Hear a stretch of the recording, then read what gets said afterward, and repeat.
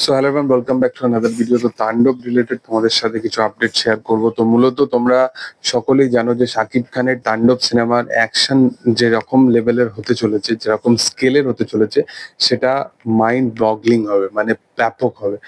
প্রথমত তোমাদেরকে আমি একটা জিনিস বলে রাখি যে তাণ্ডব সিনেমার কিন্তু পোস্ট প্রোডাকশনের কাজ কিন্তু স্টার্ট হয়ে গেছে।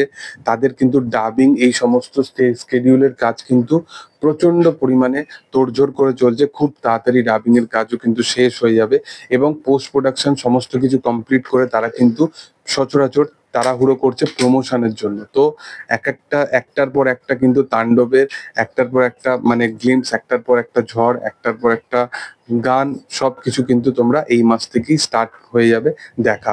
এর সাথে সাথে তোমাদেরকে আরেকটা বড় আপডেট দিয়ে রাখি যে তাণ্ডবের অ্যাকশন মানে ব্যাপক লেভেলের হবে। মানে এরকম কাইন্ড অফ অ্যাকশন কিন্তু অনেক কম বাংলাদেশীয় সিনেমা আছে যেখানে কিন্তু এরকম কাইন্ড অফ অ্যাকশন আমরা হতে দেখেছি। তোমাদেরকে কেন বলে রাখছি এই বিষয়টা বারংবার করে, দেখো তুফান তোমরা দেখেছো, বাট তোমরা যতটা এক্সপেকটেশন রেখেছিলে সেই অ্যাকশনটা এখানে, বাট এখানে out and out action sequence কিন্তু থাকতে চলেছে।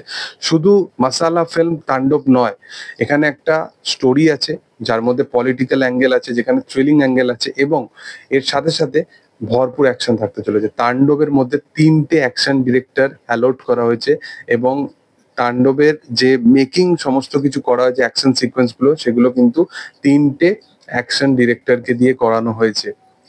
এবং তোমরা ক্রু মেম্বার দেখেছো যে কিরকম বিগ গ্যাঞ্জেরে বা বিগ স্কেলেতে তারা শুটিংটা করেছে। কারণ একটা যেখানে পোর্শন দেখা যাচ্ছে যেখানে মেগাস্টার এরকম ভাবে হাতটা তুলছে এবং চারিপাশে মানে পুরো লোক গিজ গিজ করছে।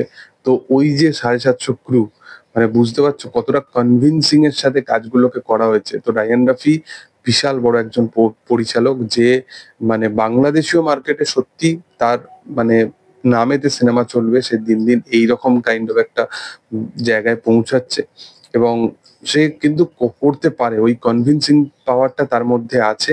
এবং সেই কারণেই হয়তো বাংলার দুটো বড় সুপারস্টার, একটা সাকিব খান এবং জিদ্দা, তাদের মতো মানুষদেরকে, তাদের মতো অভিনেতাদেরকে নিয়ে সে সিনেমা বানানোর একটা পরিকল্পনা করে কনভিনসিং এর সাথে অভিনেতাদেরকে রাজিও করিয়ে ফেলে। হ্যাঁ, জিদ্দার ব্যাপারটা অন্য পর্যায়ে আটকে আছে, সেটা রায়ান রাফিরও কোনো দোষ নেই, জিতেরও কোনো দোষ নেই, জিদ্দারও কোনো দোষ নেই। সেটা পুরোপুরি যে বিষয়ে আটকে আছে সেটা হচ্ছে অ্যাকচুয়ালি প্রোডাকশন হাউস বা এই সমস্ত দিক থেকে একটা প্রবলেমেটিক সিচুয়েশনে সিনেমাটা আটকে আছে। বাট আদারওয়াইজ তুমি মানুষটার যে কনভিনসিং পাওয়ারটা সেটা খালি দেখো। তো তাণ্ডব সিনেমা সত্যি তাণ্ডব মাচিয়ে রেখে দেবে। তো আর কিছু বলার নেই, এটা নিয়ে অলরেডি সিনেমা রিলিজের আগেই সিঙ্গেল স্ক্রিন বুকিং করা শুরু হয়ে গেছে। তো এরকম কাইন্ড অফ ক্রেজ। তো তোমাদের কি বক্তব্য বিষয় নিয়ে সেটা তোমরা অবশ্যই কমেন্টে আনতে পারো এবং ভিডিও ভালো লাগলে অবশ্যই চ্যানেলটাকে লাইক করো, শেয়ার করো, সাবস্ক্রাইব করো এবং পাশে থাকা বেল আইকনটা অবশ্যই প্রেস করে দিও। Thank you all, by.